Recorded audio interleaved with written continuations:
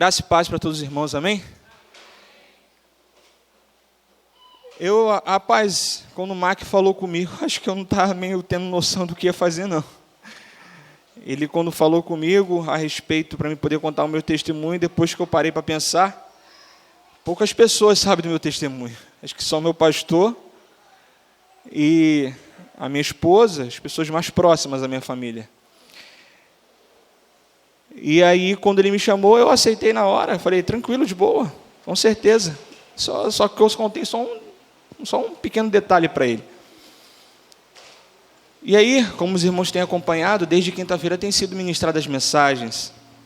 E de lá para cá, Deus, tem abençoado a igreja com a sua palavra. E eu fiquei me perguntando de lá para cá, na quinta-feira o Mark ministrou. Foi ele que ministrou, e eu assisti de casa, eu não vim. E eu fiquei tentando achar, eu estava pensando como eu ia fazer isso, contar o meu testemunho. E não é fácil, irmãos, porque falar de algo que no passado machucou a você e a sua família, as pessoas que você ama, não adianta, somos humanos, a gente volta lá atrás e a gente acaba sentindo tudo aquilo de novo, embora não haja mágoa, rancor, ódio, mas a gente se emociona, porque foram coisas que marcaram as nossas vidas. Irmãos, alguns aqui me conhecem, me chamo Ralph, tenho 35 anos, hoje eu sou casado com aquela maravilha ali, minha esposa Kellen, e Deus me deu 2 bênçãos, 2 bênçãos, graças a Deus. Eu sou filho da Maria José e do Cleone Barbosa da Silva. A família eu achei interessante a Tati falando sobre a trajetória da família dela e também do Hamilton ontem. Eu não tenho essa precisão em detalhes, mas parte eu vou contar aqui para vocês. Aquilo que sei eu vou relatar. A família da minha mãe é de Pernambuco, Vitória de Santo Antão. E são 12 irmãos, né, mãe? Ao todo eram 12 irmãos. E o meu avô trouxe todos aqui para o Rio de Janeiro, para morarem aqui. Primeiro parece que veio os homens, depois vieram as mulheres. E aqui no Rio de Janeiro a minha mãe conheceu o meu pai, e ali se casou com ele quando ela tinha 18 anos de idade, assim ela me relatou. Essas coisas eu perguntei tudo hoje, não sabia. Então ela se casou com 18 e com 20 essa belezura aqui nasceu. E, irmãos, eu não tenho, a Kelly até acha isso interessante, mas eu não tenho muita precisão de detalhes da minha infância. Mas aquilo que sei, aquilo que passei, não são coisas muito boas, como filho. A minha infância foi do meu pai, quando bebia demais, chegar em casa, correr atrás da minha mãe com faca, e minha mãe se esconder no quarto comigo e com meu irmão. Por isso que eu disse que não é fácil falar disso. E muitas vezes, minha mãe corria do meu pai com medo de poder tirar a vida dela e a vida dos filhos. E como criança, você fica tentando entender o porquê daquilo. Você via a vida dos amigos, todo mundo bem, todo mundo vivendo uma família normal, e você fica pensando consigo mesmo, por que na minha família não é assim? Por que na minha família não é assim? E teve um período que, algumas vezes minha mãe, quando meu pai bebia demais, se excedia, minha mãe recorria à casa da minha tia Ia. Hoje a tia Ia ela já não existe, mas como que ela me ensinou? Como que ela me ensinou? E às vezes a minha mãe passava um final de semana, sábado e domingo, e depois voltava para casa normalmente. E voltava à rotina normal. Eu não sei se meu irmão se recorda dessas coisas, acredito que não. Até chegar um ponto, irmãos, que meu pai ele saiu de casa. Deixou eu, a minha mãe e o meu irmão. E aí, sem ter como sustentar a casa, fomos morar na casa da minha tia.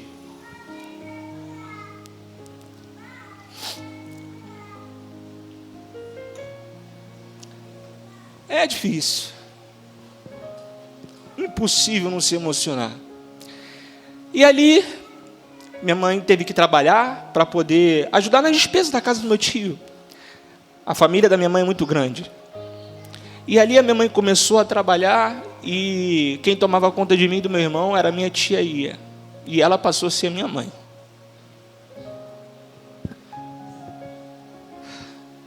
Irmãos, eu quero dizer para vocês que há pouco tempo eu fui entender porque tudo isso passou na minha vida. Há pouco tempo eu fui entender isso. Mas enfim.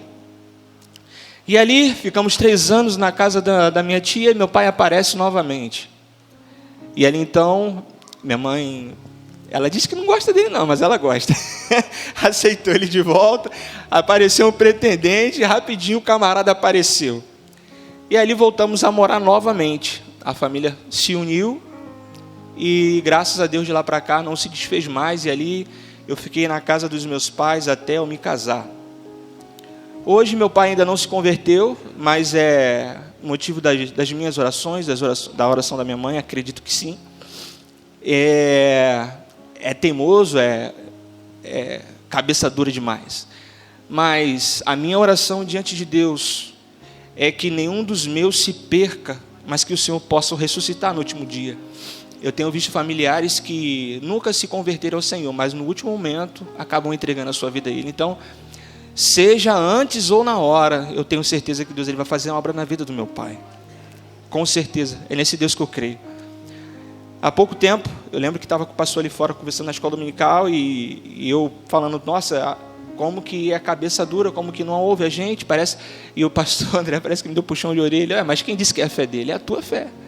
E ali Deus abriu os meus olhos. Eu falei, caramba, é a minha fé. Eu tenho que crer, eu tenho que acreditar. Então, é assim que Deus faz na nossa vida, sempre nos ensinando, sempre nos direcionando para o caminho, para não perdermos a visão, não perdermos o foco. E, irmãos, eu não quero apenas me ater ao meu testemunho, até porque eu separei a mensagem desta noite, que vai complementar o meu testemunho, e no final eu vou dizer o porquê tudo isso aconteceu, e porquê tem que ser assim na vida de cada um de nós, na verdade. E eu separei um tema para compartilhar com os irmãos, que está em Marcos, no capítulo 8, queria que os irmãos abrissem suas Bíblias. Marcos, capítulo 8, a partir do verso 31 ao verso 38. Marcos, Evangelho de Marcos, capítulo 8, do verso 31 ao 38.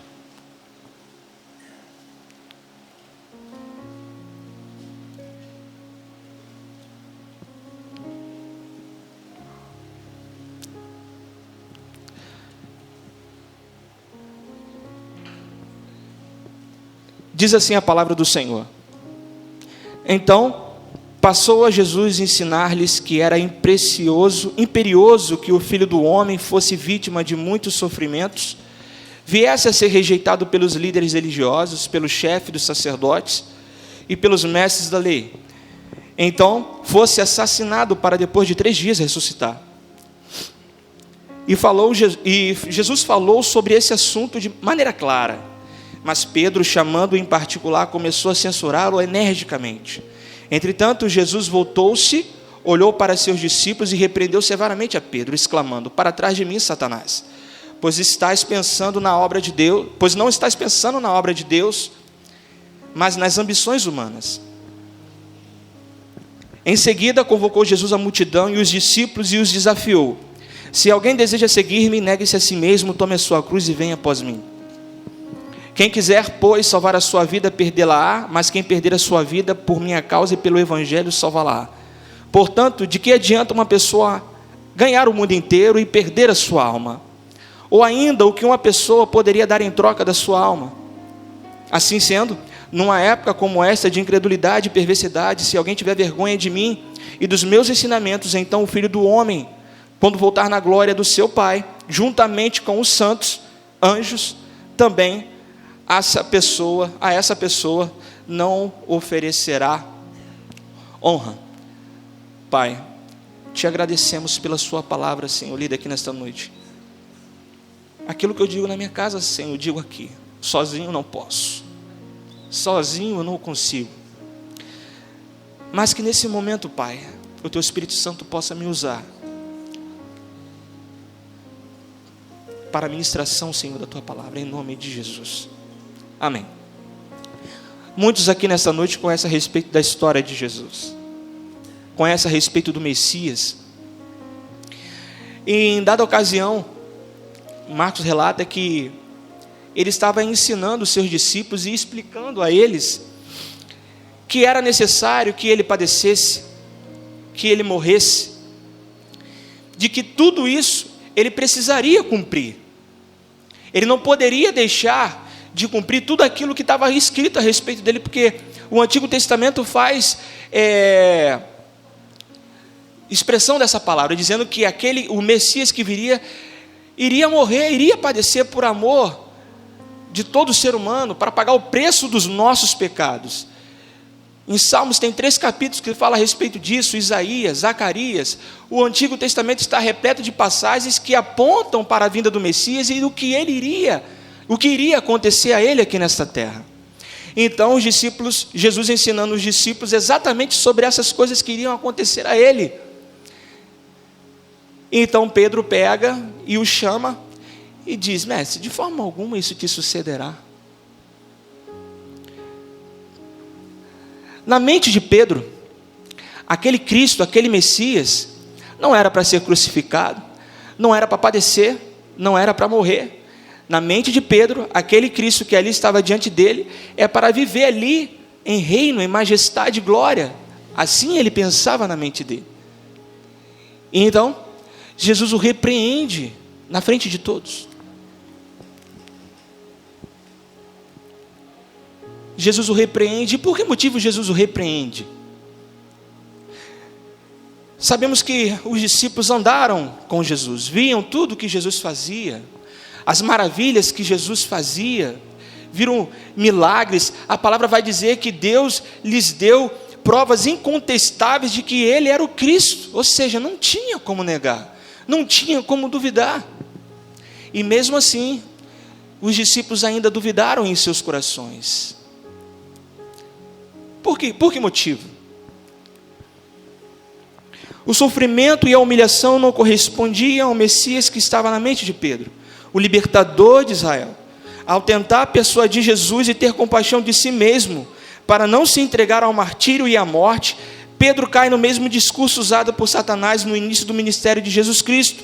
Mateus capítulo 4, do verso 8 ao 10. E por isso Jesus precisou mostrar a todos os discípulos que tentassem desviar da vontade de Deus, não importa a razão, é cair nas artimanhas do inimigo e errar o alvo, que em hebraico quer dizer, a palavra que nós mais conhecemos, pecado. Pecar significa você errar o alvo.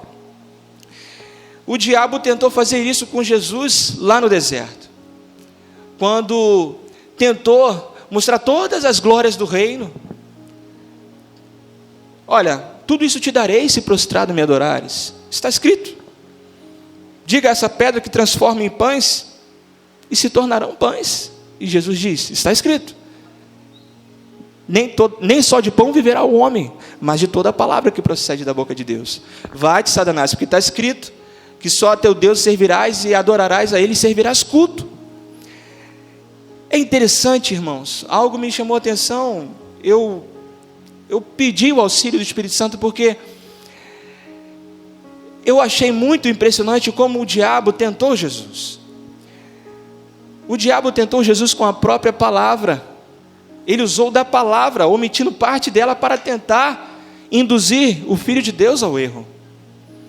Isso me faz entender e também ter os pezinhos no chão de que o diabo conhece cada um de nós aqui. Talvez você possa omitir alguma coisa a respeito da sua mãe, do seu esposo, da sua esposa, dos seus filhos, mas ei, não se engane, ele conhece cada um de vocês. Ele conhecia muito bem quem ele estava tentando. Ele sabia quem ele estava tentando, e por isso ele usa da própria palavra para tentar a Cristo, numa expectativa de pegar um vacilo do Filho de Deus, e então pela própria palavra, levar o Filho de Deus a pecar. Isso era um motivo para fracassar os planos de Deus. Então, eu atentei para mim, eu fiquei olhando, Senhor, como poderemos escapar das mãos do inimigo? Se ele conhecia perfeitamente quem era o Filho de Deus, quem dirá eu, um pecador? Romanos 3,23, porque todos pecaram e destituídos estão da glória de Deus. Irmãos, todos nós aqui nesse lugar somos pecadores, e a palavra aponta para isso e nos deixa claro, para que não haja nenhum tipo de dúvida quanto a isso, quanto a esse respeito. Todos nós somos pecadores.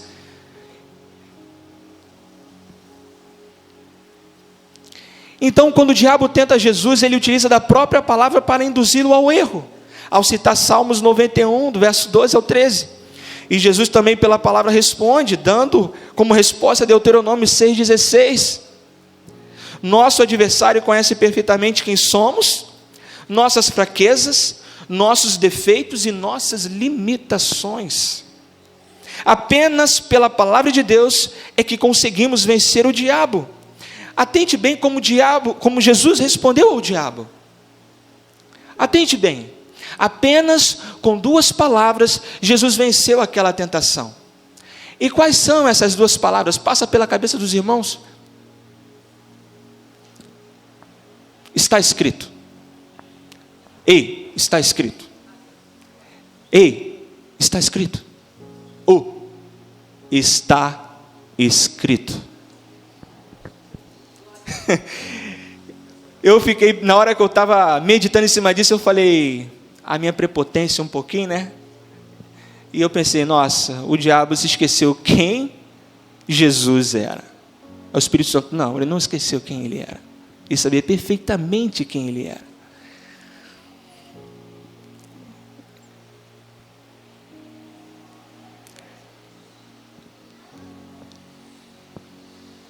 A palavra de Deus em João capítulo 1, no versículo 1, vai dizer que no princípio ele era o verbo, e o verbo estava com Deus, e o verbo era Deus. No grego, a palavra verbo é logos, que significa a palavra, ou seja, no princípio ele era a palavra, e a palavra estava com Deus, e a palavra era Deus. Deus é a palavra. Então, eu fiquei me perguntando, Senhor, como eu posso vencer o inimigo e as suas artimanhas? Conheça a minha palavra. Conheça a minha palavra. Só por intermédio da palavra de Deus é que conseguimos vencer os ataques do diabo, as tentações e as ciladas que ele prepara para nós, para cada um de nós. Em nossas fraquezas e limitações, ele prepara algo para cada um de nós. Então, ficamos como ovelhas sem para onde ir, né? Ficamos sem defesa? Não ficamos sem defesa. Jesus deixou a sua palavra. Na verdade, ele se tornou a palavra e habitou no meio do ser humano, lhes dando provas incontestáveis de quem ele era e qual era a missão dele aqui nessa terra.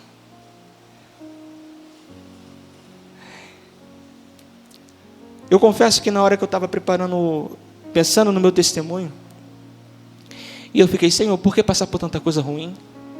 Por que vir à memória tudo isso novamente? Se magoa, se chateia, se entristece. Então, meus irmãos, voltar aqui para o meu testemunho novamente, fui parar na casa da tia Maria. Meu tio Germano trabalhou durante acho que 22 anos no Hotel Sheraton de São Conrado como tradutor, carregando malas. Nessa época, quando fomos morar na casa da tia Ia, meu tio Germano era convertido já. Ele, a tia Ia, minha tia Ia era católica, mas era aquela católica dedicada de que não gostava de atraso na igreja, ela queria chegar no horário certo, tudo tinha a hora certa para ela, não gostava que atrasassem ela. Ela é um pouco diferente de mim, sabe? Mas a tia Ia, ela era assim, e ela se converteu também. Então ali na casa era tio Germano e tia Ia. E olha a rotina do tio Germano. Ele pegava 2 horas no trabalho e chegava em casa 2 da manhã. E a rotina dele de manhã era acordar 8 horas da manhã, ficava no pé da cama orando. durante 3 anos. Eu vi essa rotina dele e a dedicação dele. Irmãos, não é porque meu tio não falhava. Não.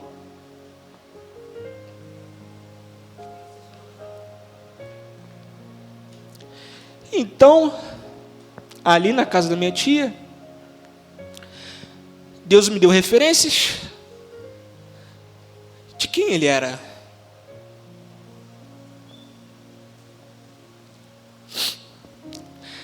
Deus começa a me abrir os olhos com 12 anos de idade.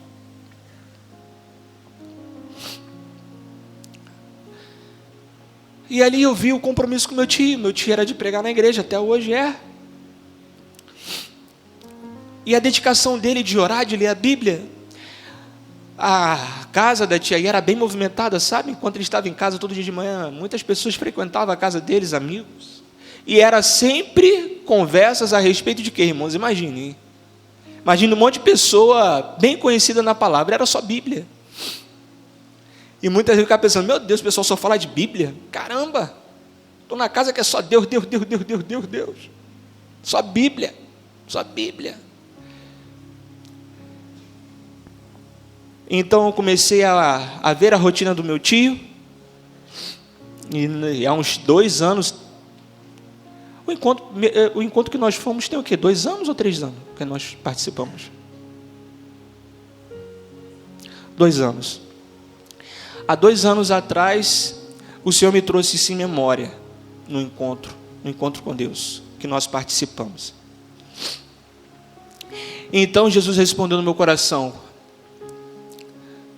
tudo isso passou, para que você tivesse só referência de quem eu sou. Para que você me conhecesse. Então eu me perguntei, nossa, mas precisava passar por tanta coisa? É interessante como Deus ele dialoga com a gente também tem o costume de também responder, né?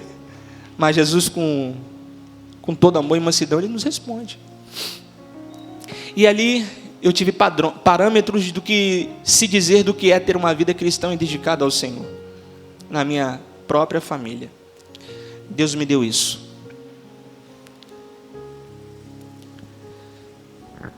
Quando Jesus ele se revela a nós, aos homens, é só para poder fazer com que por intermédio de sua palavra em nós, as pessoas passem a conhecer quem ele é. Daí o testemunho que nós temos, cada um aqui com certeza, se perguntar o que tem passado na vida, cada um vai ter uma história para contar. Cada um passou por adversidades, dificuldades, talvez ainda passem.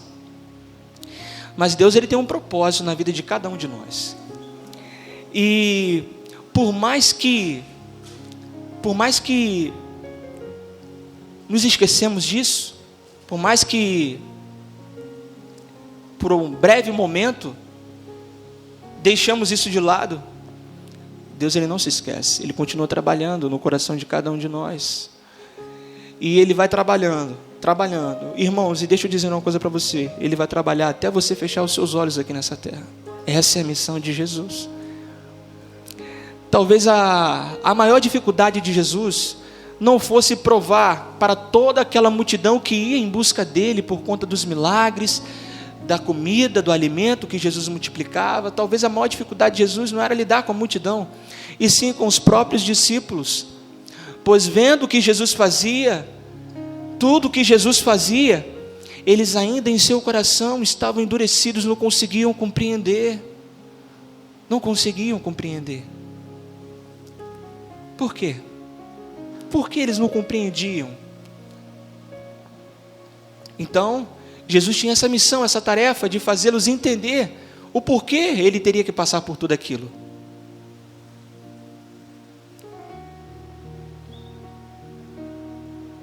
Precisamos, irmãos, conhecer a Deus por intermédio da revelação de sua palavra, para não errarmos o alvo. Em Mateus 22, 29, Jesus diz, porém respondendo disse-lhes, errais, não conhecendo as Escrituras, nem o poder de Deus. Essa foi uma resposta para os saduceus que naquela época não acreditavam na ressurreição. E eles tentam pegar Jesus numa espécie de cilada, na verdade como uma espécie de deboche. Como eles não acreditavam na ressurreição, eles colocaram uma questão para Jesus. Mestre, olha só. Existia uma mulher que se casou, e essa mulher perdeu o seu marido. E a lei de Moisés vai dizer que, não havendo deixado herdeiros, o próximo irmão desse falecido tinha que possuí-la e se casar com ela e deixar herdeiros. E assim sucedeu até o 7º irmão, sendo que aconteceu que a mulher também morreu. A mulher morreu, mestre, e o homem também. Na ressurreição, mestre, quem será que a possuirá? Aí Jesus deu essa resposta: errais por não conheceres as Escrituras e nem o poder de Deus. Na verdade, na ressurreição não se casem nem se dão em casamento, serão como os anjos, na verdade. E não tem deslido na lei que Deus não é Deus de mortos, sim de vivos. Deus é Deus de vivos. Ele não era, Ele é. Deus continua sendo e será para todo sempre. Então, qual é a missão do diabo, irmãos? É fazer que nesse último momento que nós fecharmos os olhos aqui na terra, estejamos desencorajados e desesperançosos, achando que Deus não existe. A maior missão dele é fazer com que você caia no descrédito da palavra de Deus. Portanto, medite na palavra de Deus dia e noite, zele nela dia e noite, para que você não perca a fé, para que não percamos a fé. Ora, o que é a fé? É o firme fundamento das coisas que se esperam e a convicção dos fatos que não se pode ver. A fé origina do hebraico, que tem um sentido, denota você depositar toda a sua confiança. Isso é fé. É você confiar sem reservas. Você confia e deixa Ele trabalhar. Não existe dúvida. Isso é fé. Ora, sem fé é impossível agradar a Deus. Confie em Deus sem reservas e você verá a glória de Deus. Então, irmãos, Jesus agora, Ele faz um convite. Não só aqueles 12, Ele faz um convite a todos. Ele faz um convite a todas as pessoas. Precisamos permitir que o Espírito Santo assuma o controle total de nossas vidas, que antes era dirigido pelo eu, pelo ego, a fonte das nossas vontades, quase sempre contrárias à vontade de Deus, porque todos pecaram e destituídos estão da glória de Deus. Tomar a cruz, irmãos. Jesus disse: aquele que quiser seguir, toma a tua cruz e siga. Mas o que isso quer dizer, Ralf? O que quer dizer tomar a cruz? É a disposição de começar a seguir o Senhor do jeito que somos e com aquilo que temos. Irmãos, eu escrevi para não me perder. E depois aceitarmos a glória de vivermos e morrermos por Ele.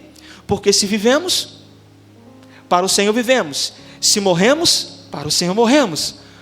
Seja assim, portanto, quer vivamos ou morramos, pertencemos ao Senhor.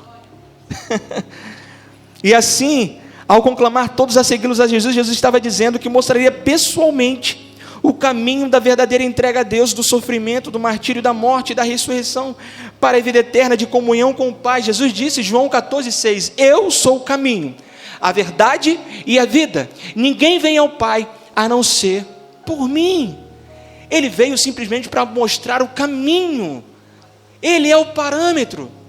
Sabe, Jesus, no nosso testemunho, aquilo que passamos, as provações que passamos, as adversidades que passamos, nada mais é para que se torne um testemunho, para dizer para o próximo quem é o caminho. Jesus é o caminho, a verdade e a vida. Ele disse isso. Então, por isso passamos pelo que passamos, para Deus trabalhar no nosso caráter, nos transformar à imagem e à semelhança dEle, para que tenham uma referência, para que esse mundo perdido que caminha a passos largos para a perdição, tenha a referência de quem Jesus é. Por isso Ele faz você passar pelas provações, para que o mundo depois veja, nossa, olha como que ele tomou de um lado, tomou do outro, olha como caiu, mas meu Deus, como que ele continua de pé? Como é possível? Por nós mesmos é possível? Pelas nossas forças é possível? Não, não é possível não. Pelas nossas formas vamos desistir, vamos querer morrer, vamos querer desistir, mas Jesus disse, ei, bom ânimo, estou aqui, tu não está só, a glória não acaba aqui não, tem muito ainda. A minha palavra ainda precisa ser pregada a muitos, por isso você está passando pelo que está passando. a minha palavra precisa ser pregada. Por isso trabalho no seu caráter. Por isso te dou referências. Por isso te coloco onde te coloco. Para que você me conheça e saiba quem eu sou. Esse mundo, irmãos, é um sistema globalizado de valores e princípios filosóficos, políticos, econômicos e sociais, que a cada geração se afasta mais e mais da palavra de Deus. Por isso, desde a queda relatada em Gênesis capítulo 3, Deus tem procurado corrigir a rota da humanidade perdida. Ele disse: passará céu e a terra, mas as minhas palavras, elas nunca hão de passar. Lucas 21, verso 33. Terras e céus passarão. Vejamos, claro que o mundo do passado, de 20, 30, 40, 50 anos atrás, não é o mesmo do mundo que nós estamos vivendo. Não vou tão longe, não. Há 3 anos atrás, ninguém imaginava que estaríamos passando pelo que estamos passando hoje. Mas eu cheguei a conversar com algumas pessoas a respeito da pandemia.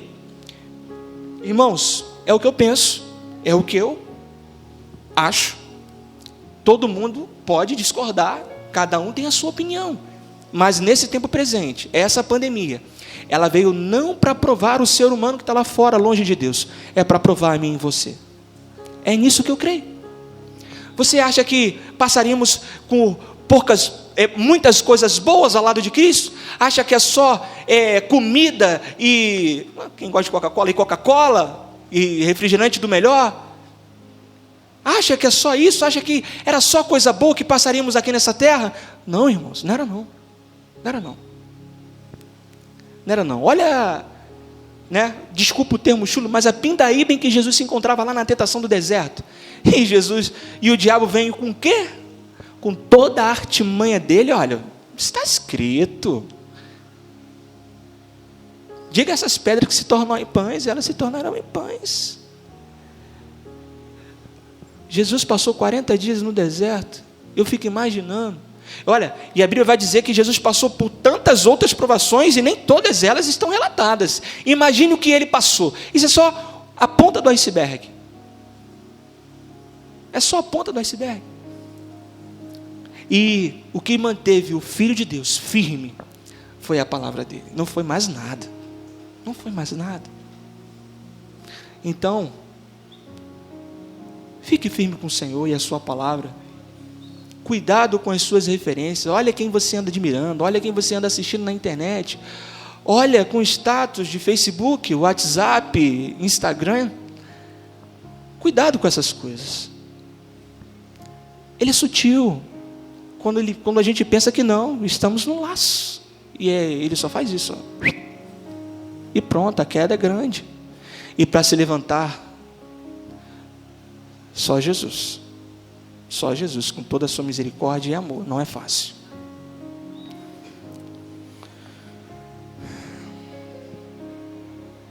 No passado, Deus falou de diversas formas, do jeito que pôde. Hebreus capítulo 1, do verso 1 e 2 diz: havendo Deus antigamente falado muitas vezes e de muitas maneiras aos pais pelos profetas, a nós falou nesses últimos dias pelo Filho, a quem constituiu, olha só, herdeiro de tudo, por quem fez também o mundo. Deus continua falando nos dias de hoje. Irmãos, estou concluindo. Quem preferir se ajustar, preste bem atenção. Eu não ia escrever, mas eu fiquei olhando o pastor, lembrei do pastor, o pastor escreve tudo. Ele que é mais culto do que eu, escreve, imagine eu, não vou deixar de escrever não. Então eu escrevi. Quem preferir se ajustar a esta geração em suas doutrinas, mais do que seguir a Cristo e os princípios de sua palavra, não poderá fazer parte do reino de Deus, tanto aqui e agora, como na Nova Jerusalém. Envergonhar-se do Evangelho é não aceitar o compromisso com o discipulado de Cristo e preferir levar a vida conforme a ordem mundial impõe a todos. Você não tomar a sua cruz e seguir a Cristo é você negá-lo. E o que significa você tomar a sua cruz e seguir a Cristo, Ralf? O que significa isso? É você abrir mão das suas vontades, dos seus prazeres, dos seus deleites, para você estar gastando esse tempo na presença dEle, procurando conhecê-lo e saber quem Ele é. Sabe, irmãos, eu não sei muito a respeito de Deus, não. Eu procuro todo dia saber quem Ele é. Quanto mais eu procuro a respeito dEle, meu Deus, Ele é um livro. Eu não consigo entender quase nada. Então Ele fala, continue lendo. Por enquanto te é permitido conhecer apenas isso. Continue lendo, continue conhecendo quem eu sou. E essa é a nossa vida, todo dia, aonde quer que formos. Não muito tempo atrás, o pastor pregou aqui nessa igreja o tema, Deus está provando a nossa fé. Acredito que uns deva lembrar disso, não é tão antigo. Essa mensagem tem lá no YouTube, quem puder, assistam. Deus está provando a nossa fé. Por isso todos nós aqui temos um testemunho para contar, para que por intermédio dele possamos crescer em maturidade, fé, domínio, tornar-se um exemplo para que outros conheçam a Deus e o que Ele pode fazer. Nesta noite, seja o que for que você estiver passando, busque ao Senhor, pois Ele disse, então me invocareis, passareis a orar a mim, e eu vos ouvirei. Buscar-me-eis e me acharei quando me buscardes de todo o vosso coração. Jeremias 29, 12, verso 13. Nesta noite, com suas palavras, invoque o nome do Senhor.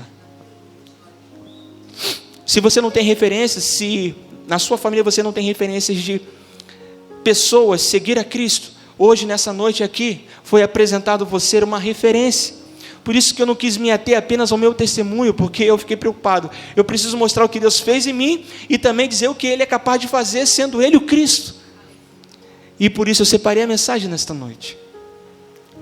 Então, irmãos, há algum tempo atrás, há 2 anos atrás, naquele encontro no último dia, foi sexta, sábado e domingo, o Senhor falou no meu coração que tudo que passei era necessário para me tornar quem eu sou hoje.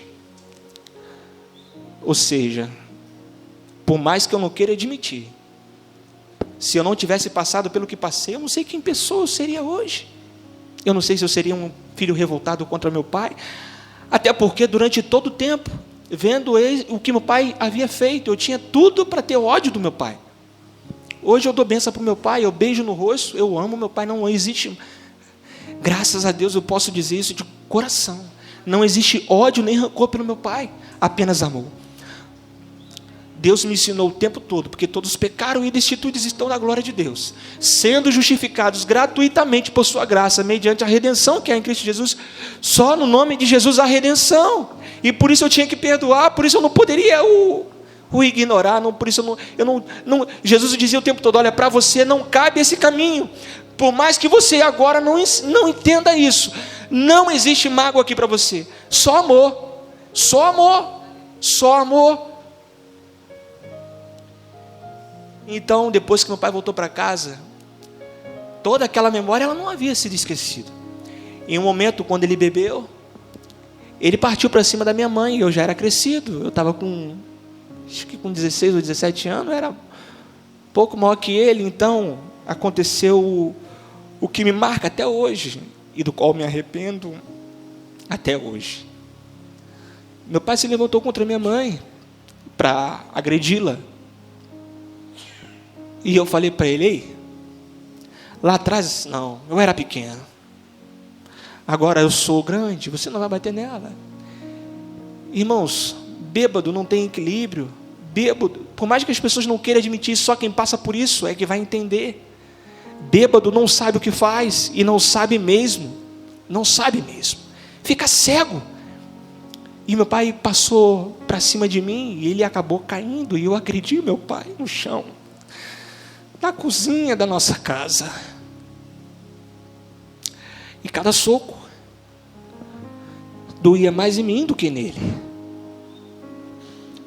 Mais em mim do que nele. E nesse dia, logo quando eu acabei de agredir o meu pai, eu dormi na casa da minha tia, que era bem ao lado, minha vizinha. Eu já fui chorando e pedindo perdão a Deus. Quando você conhece a palavra de Deus, irmão, quando você erra, só tem um caminho. E esse caminho é você admitir que errou e pecou, e dizer, Deus me perdoe, me ajuda, porque sozinho eu não consigo, me ajuda. Esse é o único caminho a se tomar. Não tem outro. Não tem outro. Se você ama Deus, e você entende por que Ele enviou o seu Filho a essa terra, porque Ele se tornou carne, você sabe muito bem qual é o caminho. Você sabe. Depois de 3 dias, estava eu pedindo perdão, meu Pai. Eu tomei a atitude de pedir perdão a Ele.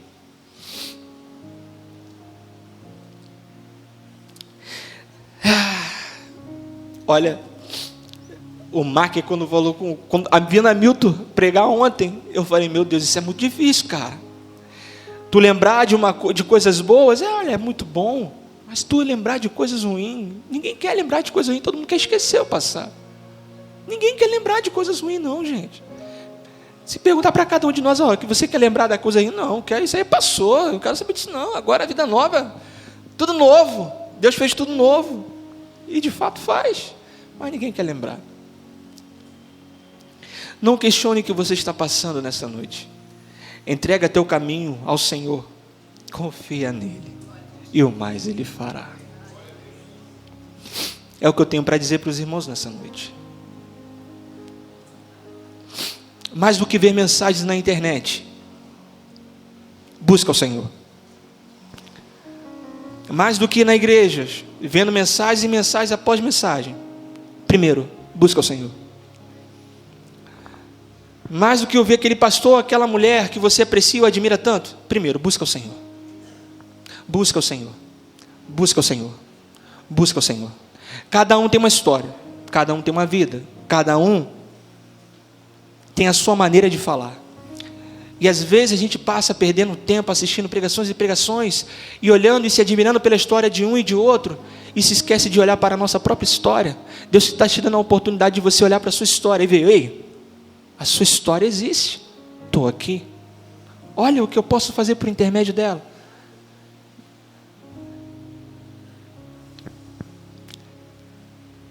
Quero orar com os irmãos. Eu quero convidar todos nós aqui nesta noite a se levantar, a se colocar de pé diante de Deus.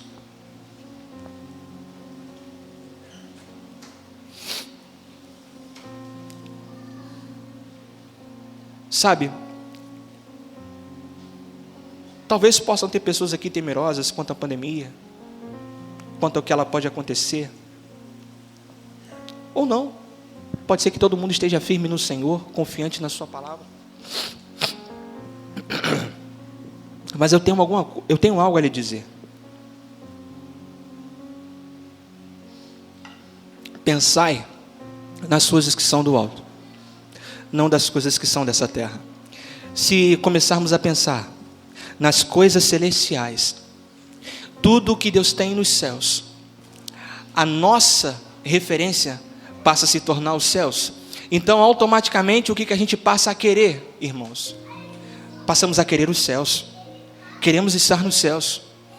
E Jesus disse na sua palavra que onde estiver o nosso coração, o nosso tesouro, também estaria o nosso coração.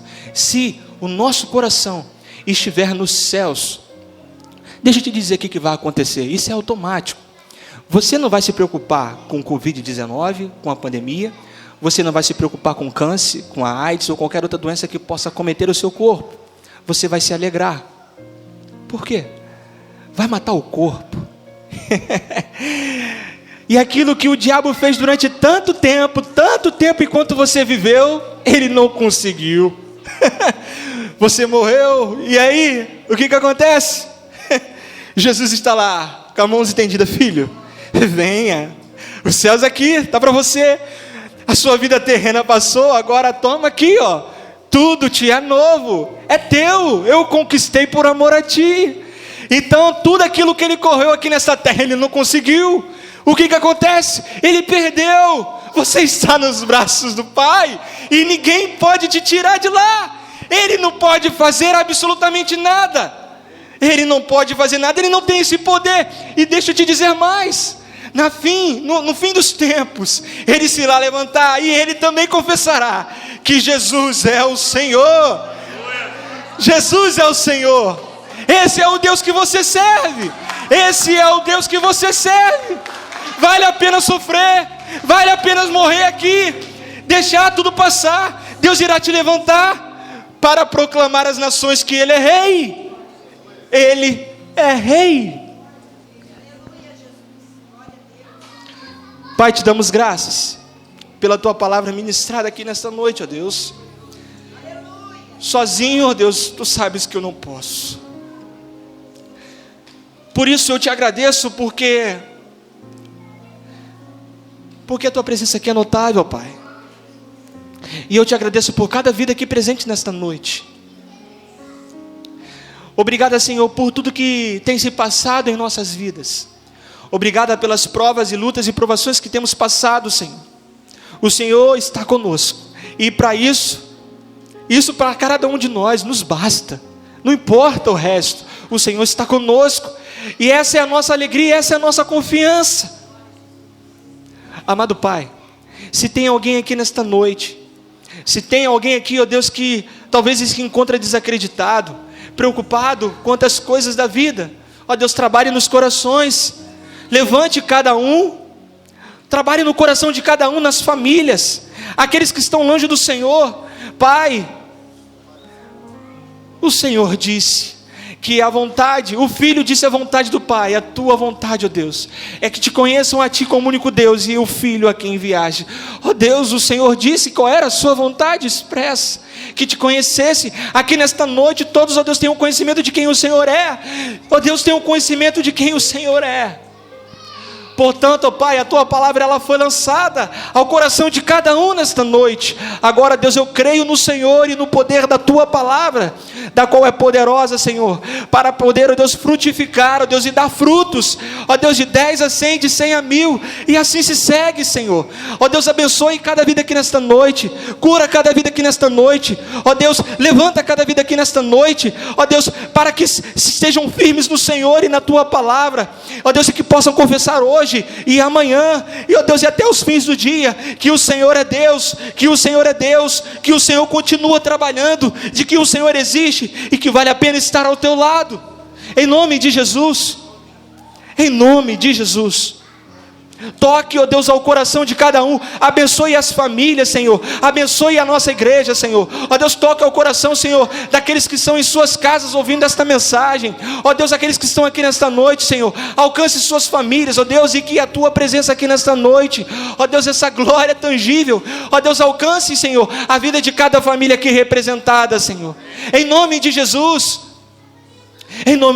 ó Deus, em nome de Jesus, em nome de Jesus. Irmãos, o pessoal se uniu aqui, eu não sei porquê, mas tem uma música que ela é antiga. A irmã aí, o Mark, o pastor me pergunta: ei, pô, você sabe música antiga? Pô, olha as minhas referências,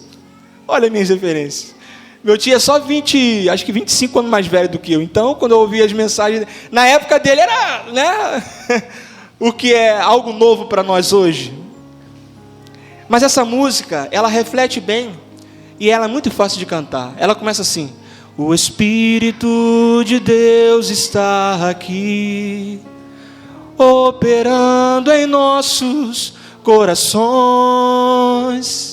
trazendo sua vida e poder, ministrando sua graça e amor. Os feridos de alma são curados,